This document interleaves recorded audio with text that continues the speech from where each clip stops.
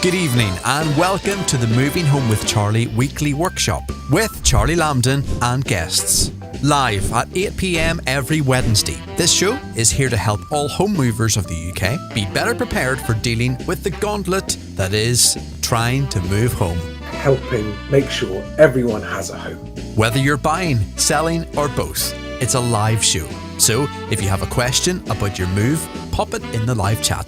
In the meantime, sit back, have a noisy slurp of your drink and enjoy the show. Sorry, I can't resist it.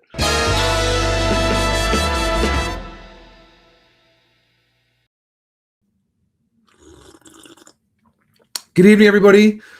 Had to use a different mug this evening to avoid the practical jokers that were putting stickers on my mug like last time when I didn't see it on Monday night. How are you? Good evening. This is Moving Home with Charlie. I'm Charlie Lambden. It's Wednesday's weekly workshop.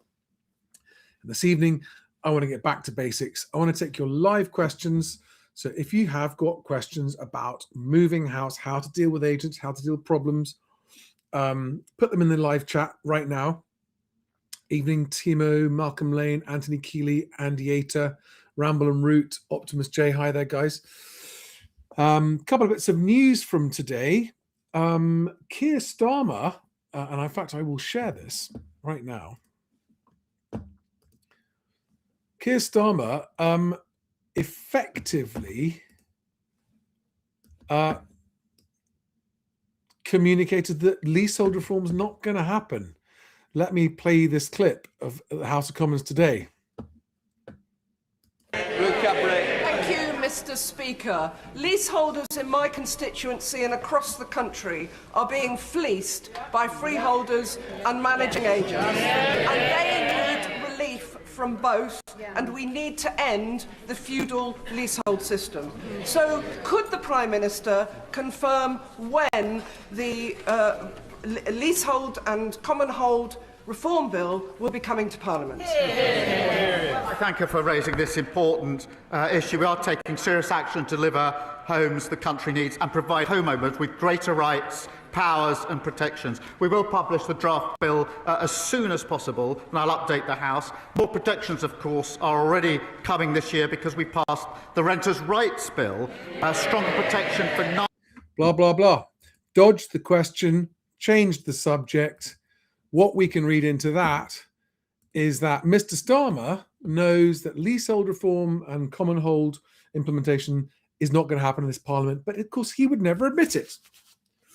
So that's one bit of news. And the other one that was quite interesting, I don't know if you saw this today.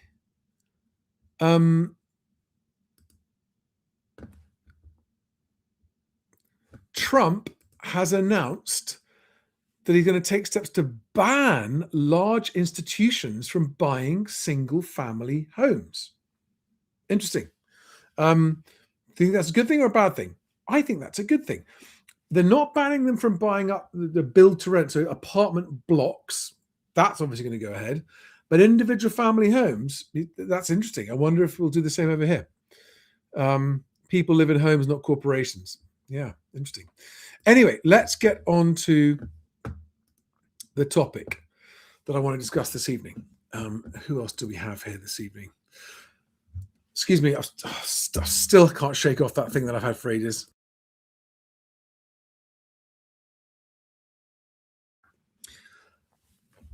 I've realised it's been a while since I have actually talked directly about a sort of a summary to the approach of home moving, and that it is an in-depth process. I've even thought about writing a book to cover it, so that those of you who are going through the moving process have just got a book to refer to and break it up into sections about like what to do on viewings, what to do with making offers, that kind of stuff. Just have like a moving handbook. I don't know. I've never written a book. I don't know how it would go. But I want to just recap the basics of the philosophy, if you like, that I teach to home movers. Now, what you've got to remember is that basically it is a process that is full of uncertainty. And there are no guarantees. There's nothing that you can do that's going to guarantee anything. But there is a long list of variables in the process over which you have influence. And it's basically a numbers game, statistics, probabilities. And if you take steps that are within your control to improve your chances of a better outcome, to improve the probability, and you do that as a policy, right? You adopt that as a habitual policy approach to your move, you massively improve the chances of a better outcome. It's a process that involves you dealing with lots and lots of different people. You're going to have to, whether you like it or not, you are going to be dealing with at least one estate agent. Whether you like it or not, you're going to have a conveyancer. Whether you like it or not, if you've got a mortgage involved, you're going to have to be dealing with a lender and or a broker. Whether you like it or not, you may end up in a chain and have no choice about that, depending on which property you're buying or selling. And all of these are things over which you don't have complete control. But there are things that you can control as a buyer and as a seller. And I did do a video. I should have got the link for it before this one to share it with you. A couple of years ago, I did a video and I actually got into some detail about how to be in control as a buyer. But in this video, I just want to, I've done a video about the 10 golden rules of buying and the 10 golden rules of selling. And I'm not going to be recapping what's in those. And if you haven't watched those and you're new to the channel, that's your first port of call. If you're watching this on YouTube or anywhere else, just search Charlie's 10 golden rules for buyers or sellers, home buyers or home sellers, right? And you'll find that video. If you search on Google, Charlie's 10 golden rules of home buying or home selling, you will find those videos. Watch those and stick to the advice in them. Don't cherry pick the ones you like the sound of and ignore the ones, because then it won't work, right? It's free impartial advice. I don't know who you are. I don't know whether you're going to follow or not. But what I'm telling you is that when you do, the outcomes, you've got a much better chance of a good outcome. Let's start with buyers. What can you control and what can't you control? Don't waste time and effort on things you can't control, as in life. But as a buyer, what you can control, let's just start off with your choice of mortgage broker. First of all, as I recommend, even if you've got access to direct mortgage deals from high street banks, you should still always talk, in my opinion, to a whole of market independent mortgage broker. And the reason being is that the individual high street lenders are not going to make you aware of other products that have other features to them that theirs don't. You won't even know what you've missed out on. And I'm not talking about just the rates, okay? I'm not in any way saying don't have a mortgage product from a high street bank, but it's better if you end up with one of those, it's because that's what the broker recommended as the best one for you. Now, the problem is, as with conveyancers, as with agents, as with all professions, you have a spectrum of good to bad, like great ones and terrible ones. And you really want to make sure that you get into the top 50% at least, ideally the top 30%. Okay. And this is where it's quite difficult to know how to choose. But if you at least set out looking to avoid the poorer ones, you've got an improved chance of a better outcome with your mortgage. I'm not going to mortgage the question of how to choose your mortgage tonight, but if you find a mortgage broker you can really trust, they will guide you towards products that have terms and conditions and features that better suit your personal circumstances. All right.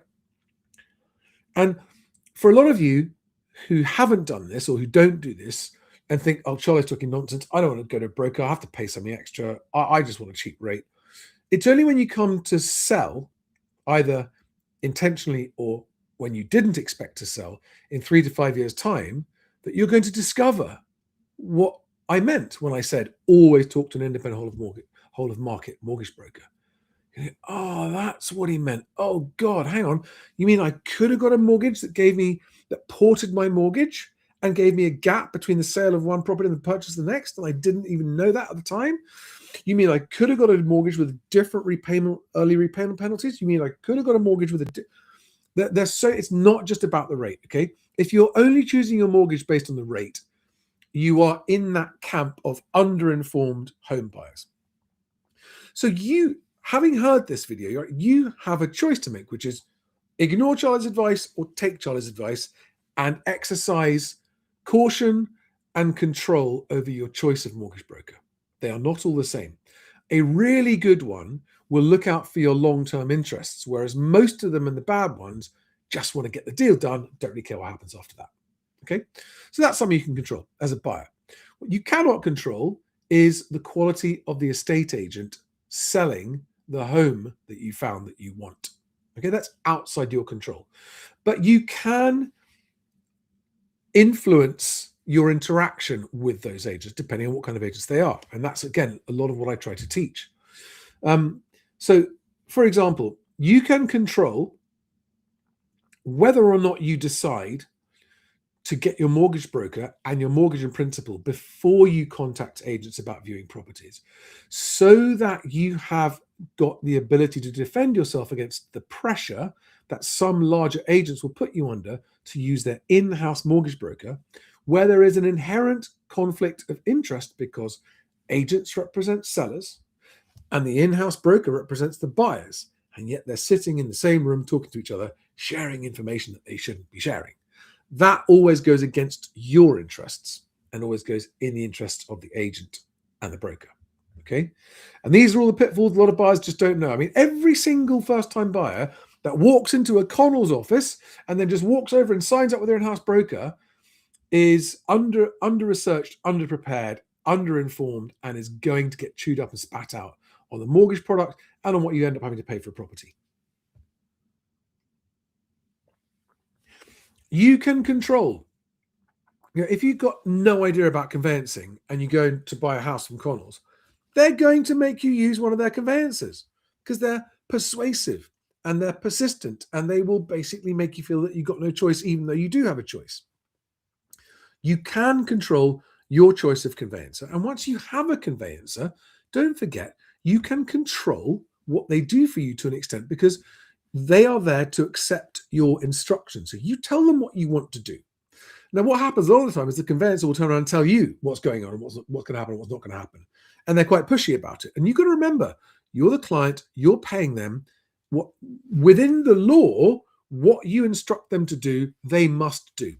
They could choose to stop acting for you, but just remember, don't let yourself get pushed around by brokers, by agents, by conveyancers.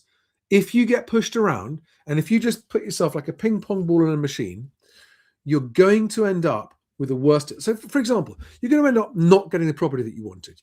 You're going to end up getting a conveyancer that's so bad you lose your deal, and the seller goes to someone else because your conveyancer took too long.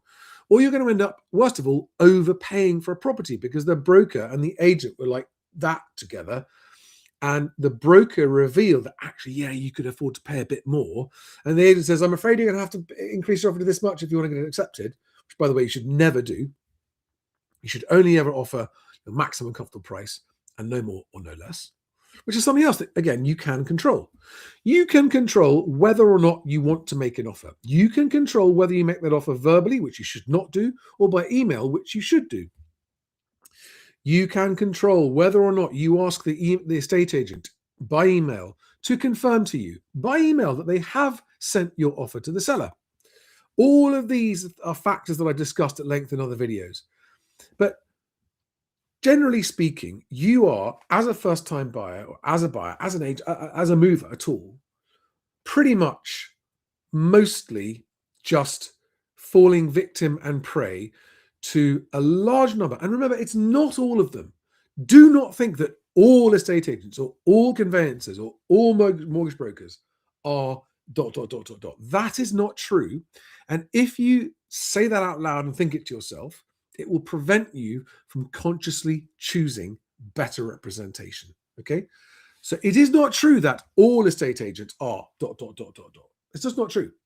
Most of them, yes. Conveyancers, most of them, yes.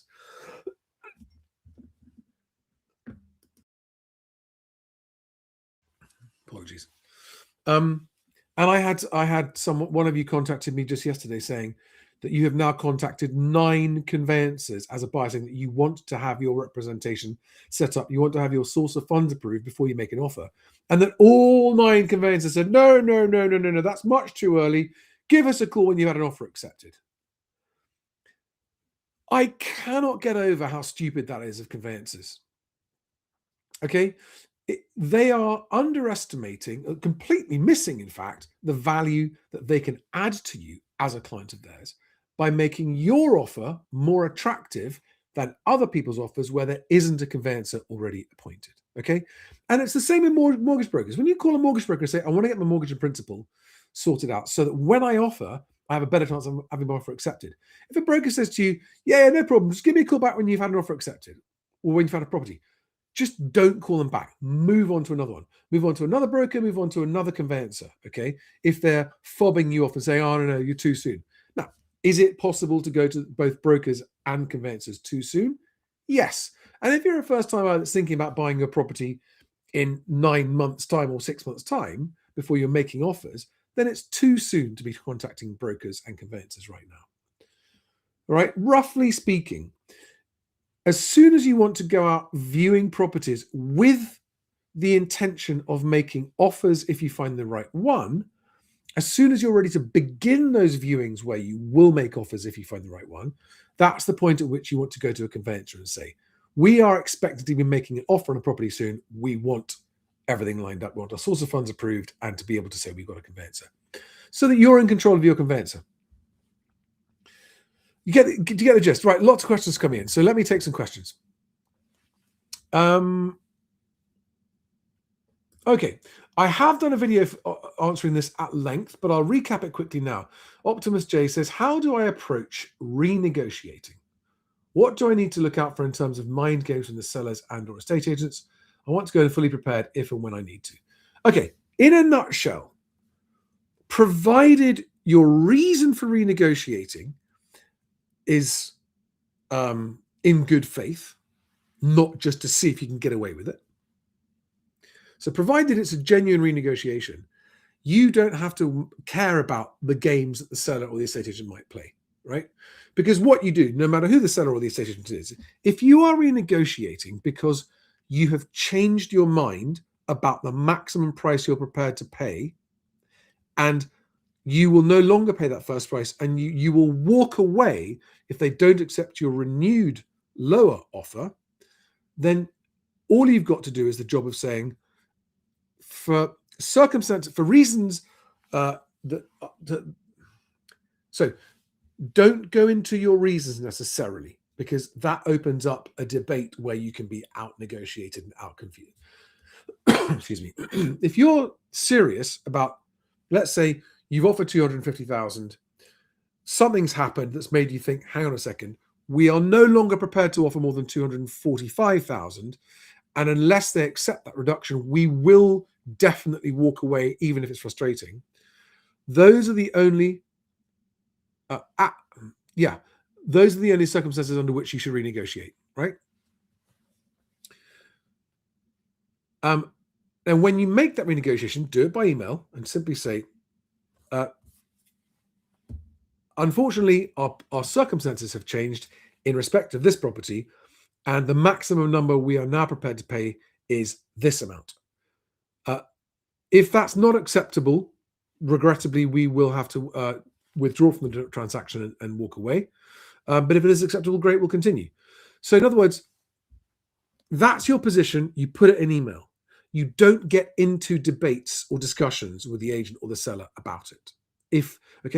But this requires you to have certainty about the amount. Now, the question, one of the questions I get asked by buyers more than anything else is, how do we work out what that price is? No one can do that for you. You've got to arrive at that yourself. And yes, it's difficult, but you've got to do it yourself. You've got to work out. And the way to avoid the mistake many make, which is trying to renegotiate, losing the deal, and then kicking themselves and going, oh God, actually, if we could, we'd go back and pay the first price or something else. But it's too late. You've now lost the deal, right? So to just be certain on your price. Be certain you want to renegotiate, like certain. If you would continue to pay the original price rather than lose the deal, then generally speaking, you shouldn't renegotiate. But if your renegotiation is in good faith, And if you choose to, for example, maybe the survey has come up with something, and maybe there's a quote that it's going to cost £10,000 to fix the whatever issue the survey has raised, and maybe that issue wasn't known about before by the sellers or the agent or you. And so you might go, look, you know what, we don't want to lose the deal. This is This is obviously something the seller didn't know about, so we don't want to lose a deal. And because it's unexpected, we're still willing to pay. We'll split the difference on that. We want to reduce our price by half. Now, some sellers will go, no, you still have to pay the price. Tough luck on the 10 grand extra you're going to have to pay. And you might go, well, no, we're not going to do that. We're going to walk away. And there are sellers who are foolish in that respect and will lose buyers and then kick themselves. Okay. They'll just sort of do this sort of blind rabbit in the headlights negotiation. No, we're not reducing our price. We're not reducing our price. Oh, no, we've lost our buyer. Damn. We could have just met them halfway and we would have kept it. But if you haven't seen it and you've got a question about renegotiating, just again, look up in my YouTube videos how to renegotiate. There are 2 videos I've done. They're relatively short. Check those out.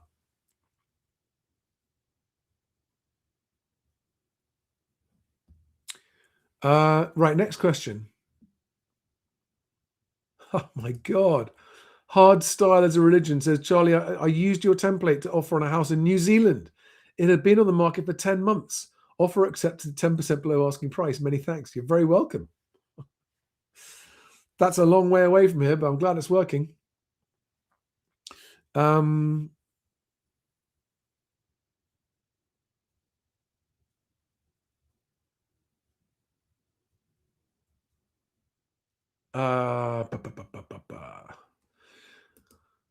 Rayleigh Boy says, what's the best way to choose a conveyancer to sell? This is difficult because if you've never used one before, you're unaware of the pitfalls and what to look for and what to avoid. And this is why I work with conveyancing firms that I've handpicked, because I know they are high quality and highly reliable and are much better at getting deals done. And generally speaking, much faster. They're not perfect. Mistakes can and will happen, but generally speaking, they are of a much higher standard than the others. And they both firms have won multiple awards for being the best in their business. There are no perfect businesses. You know, things can go wrong from time to time. But I think the way in which they answer the phone and how they handle over the phone, like, are they enthusiastic? Do they seem willing and enthusiastic to talk to you? Do they just want to direct you to a form, go and fill out this form, come back later? Or are they responsive? And generally speaking, what's their demeanor on the phone? Okay. Have some questions to ask them. For example, you might say, look, I don't know anything about conveyancing. I don't know what to watch out for. I'm going to be calling several different firms. What questions should I be asking? That's, you know, it's a way of saying, look, I'm out of my depth. I don't know what I'm looking for. I'm worried because I know that there are good and bad conveyancers. What questions should I be asking conveyancers when I ring around 2 or 3? And what are your answers to those questions? Now, you need to be confident and sure. Do not go based on price. Never choose a one-off professional service just based on the cheapest. It's always a false economy. But if you don't have the time to be ringing around and asking questions that you don't understand to companies that you don't really get what they do because you've never done it before, the companies I work with, you can reach on my website, pop your details in, and they will be in touch with you. It's mhwc.co.uk/conveyancing. Same, by the way, with our mortgage brokers, mhwc.co.uk/mortgage. Okay. That is the best way to choose a conveyancer. Now, often you'll be dealing with an agent who recommends a conveyancer. And in certain circumstances, those recommendations are genuine, are good, and can be trusted. And it's quite difficult. So when you go to a big corporate agent, generally speaking, those recommendations are not to be trusted and they are to be avoided. If you're dealing with a small independent agent who recommends someone because they say, we work with these conveyancers all the time and they get the deals done in the most reliable way. And if you're sure that you trust that agent, then it can be a very good idea to go with the firm that they're recommending. But if in any doubt, talk to my guys. And as Eustace Toyle said, used Thomas Legal recently, very good, stress-free. Fantastic. Thanks very much for that.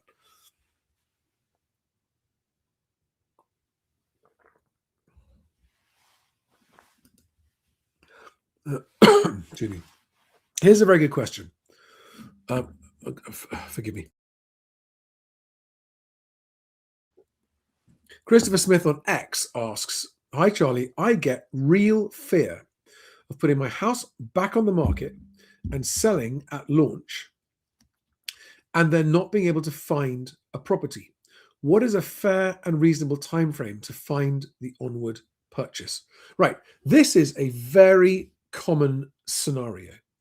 And what you're getting right is understanding that you need to have your house under offer before your offers on onward properties are going to be accepted. Now, without knowing exactly what kind of property you're selling and buying, I've got no idea how difficult or not it is, how rare the property you're looking for is. But if you're in the mainstream market, then as a buyer in this market with an offer accepted on your property, you are in a much stronger position to have your offer accepted on a forward property, even if it's below the asking price. So what you've got to do, if you're worried about finding one, is cast the net wider, look for properties that have been on the market that are perhaps out of what you think your budget range is, but have been on a long time, and then go and see those ones, because some of those will accept surprisingly low offers.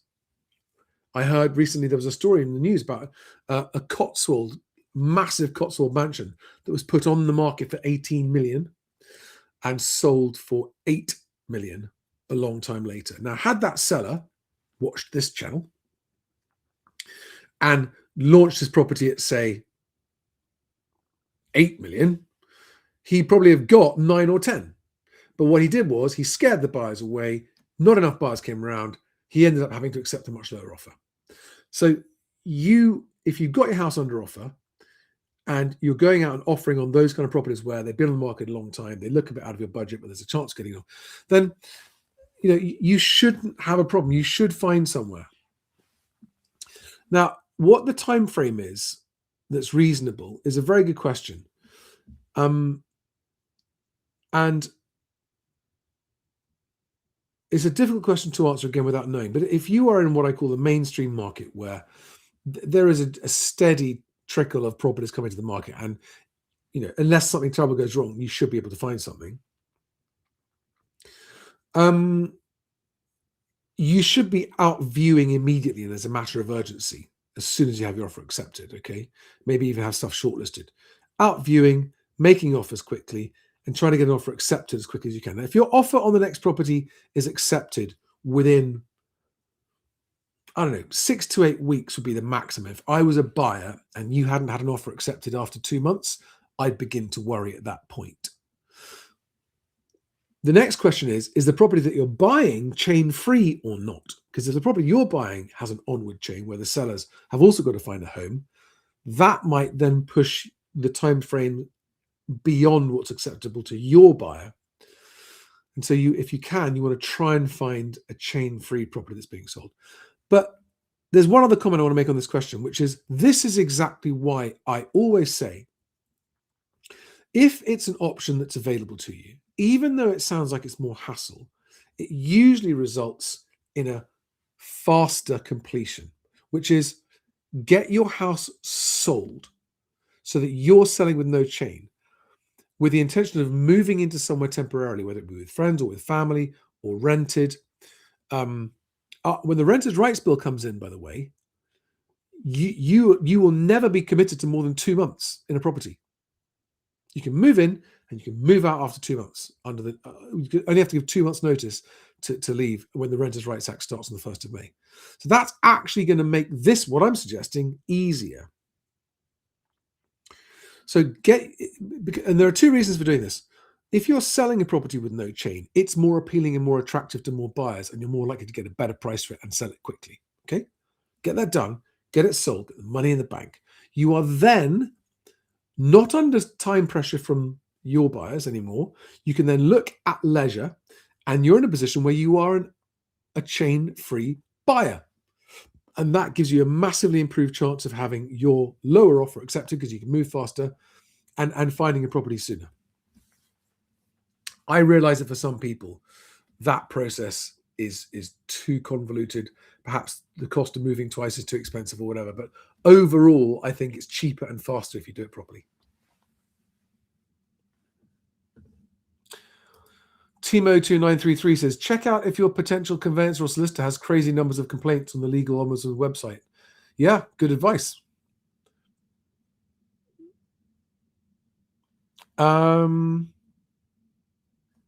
David Rawlins says, offer accepted at £575,000. Survey came back with roof spread, potential sulfate attack, structural movement, water company communal drain dispersing water into the ground. How do I knock 200 grand off? If your decision is that you still want to buy that property at 200 grand less, you just revise your offer and say, based on the survey, my revised offer is this. If you accept it, great, I'll buy it. And if you don't, I'm going to walk away. Simple as that.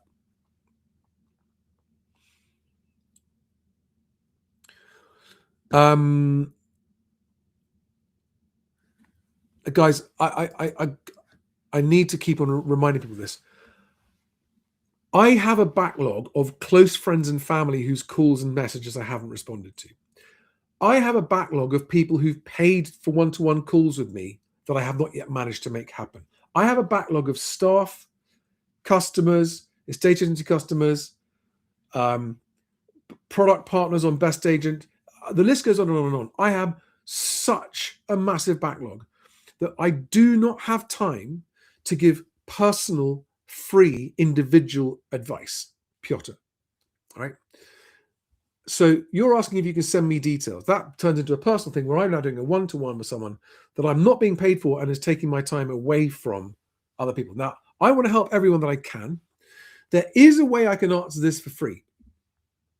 And that is if you give it to me in audio or video in under 60 seconds that you're happy for me to share. Okay.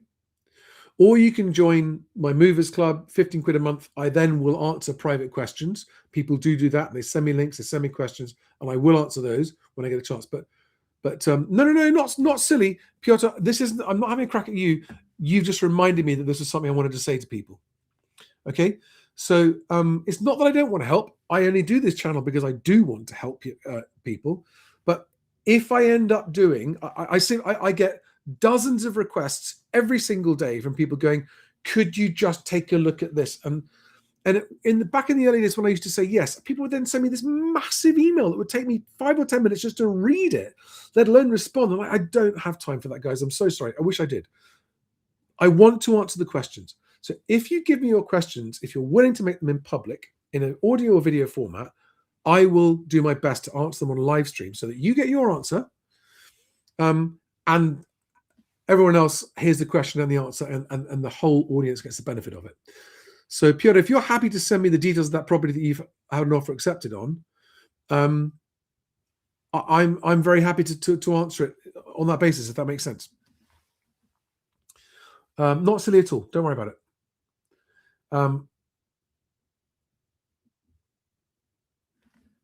Katrin Moore, welcome, new follower to the channel. I'm just at the beginning of the selling/buying process after being in my house nearly 25 years. Do you have videos outlining the process? Yes, I do. You must have missed the beginning of the video, but go and watch.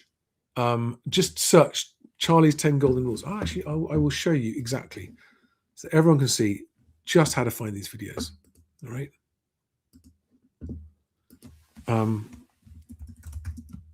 Charlie's 10 Golden Rules. Home buying, selling. There we are. Number 1, 10 Golden Rules for home sellers. Start with that one. And the number 2 result, Charlie's 10 Golden Rules of buying a home. Okay. And in fact, there's even another one. They're an older one. Oh, that's a short. Yeah. Okay. So that's where to start. I've also, if you check my content, I've done a video years ago, about 3 years ago, about buying and selling and why it makes more sense, if you can, to sell and complete your sale first so that you're a chain-free seller and then you're a chain-free buyer. That's where those videos are. Oh, I meant to just get the links. Sorry. But that you'll find them. Thanks, Piotr. Appreciate that. All right, guys.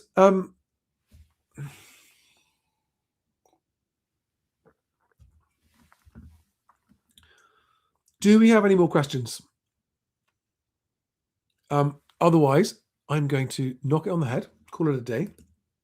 I'm going to just share those links again for the conveyancers with you. mhwc.co.uk/conveyancing. Pop your details in there and select North or South for which firm is going to contact you, and they'll call you and have a chat and give you a quote. If you want to talk to a whole of market independent mortgage broker and you can't find one that you trust, I'm here as a backup. The guys that I work with are outstanding. mhwc.co.uk/mortgage. I've been working with them for 3 years now, and I haven't had a single complaint. For those of you who are aware, sad to say that Lewis Shaw has had his own social media meteoric rise and takeoff, and is no longer going to be taking leads from my channel. He's changed his model of how he's approaching people. So I wish him best of luck with that, which means that I, at the moment, am now just working with one firm, which is Hudson Rose, who are fantastic. And in 3 years, I've never had a single complaint about their service. So if you want to talk to and have an initial no obligation conversation with a firm of the friendliest brokers and most helpful and most professional, and they're a team, not a one-person operation, so it tends to be a faster service as well, then pop your details in on the mortgage, mhwc.co.uk/mortgage, and they'll be in touch with you. Okay. And don't forget your property search pack as well. All right. When you're buying, if you aren't aware of it, I have done a first time buyer offer email template with a mortgage, and I've done one for cash buyers as well. Just Google it, MHWC offer email templates, and you'll see those two templates come up. And those templates explain exactly how you should send your offer and what it should contain. And one of the conditions offers should contain is, if my offer is accepted, I will purchase the property search pack without delay, either on the day the offer is accepted or on the day that the seller issues their sales pack from their conveyancer, so that you know that the seller has actually committed to the process. That's another thing. And mhwc.co.uk/property-pack is where you can get your search packs, and they are perfectly acceptable for any conveyancer. And when conveyancers tell you, oh, no, you have to use ours. No, you don't. You don't. You can say, no, I'm sorry, I insist. This is my money. I'm paying for it. I want to order the search pack so that I get the copy of it when it comes back, as well as you guys, because PSD, who I partner with on the search packs, are the only company that provide any form of support and advice to consumers on property search packs. Conveyancers cannot give you advice on the results of your search. All right. And when you in the conventional way, get your property search pack by allowing your conveyancer to order it for you, when you do have questions about it, they can't answer it for you. And if they do, they really shouldn't be, because it's not their area of expertise. Whereas the guys that I work with can provide you, if you're worried about anything, you've got questions about stuff, they are there to answer those questions. All right. So there's two reasons to do that and to take control. Remember what I said at the beginning of the video? Take control of the process. Make sure that you're paying for it either way, right? Whether you buy it yourself and then supply it to your conveyancer, or whether your conveyancer does it for you, you are paying for it either way. So if you're paying for either way, why not do it in the way that you have control of it? So you get control of when it's ordered. You know you will be the recipient of the results as they come back. So you will avoid potential delays caused by slow conveyancers, which happen all the time. The scenario that you're avoiding is where the conveyancer gets the search results back and there's a problem. They don't tell you. They don't get around to it. And that adds to deal time delay and fall through risk. And if you work with my guys, you've then got people to talk to if there's a problem that can actually advise you on it. All right. So just remember, conveyancing, mortgage broker, search pack provider. You need those in your pocket, ready for your move. All right.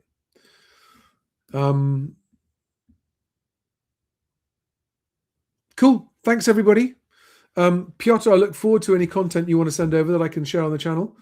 And otherwise, it's going to be Friday soon, isn't it? It'll be the first 5 Fact Friday of 2026.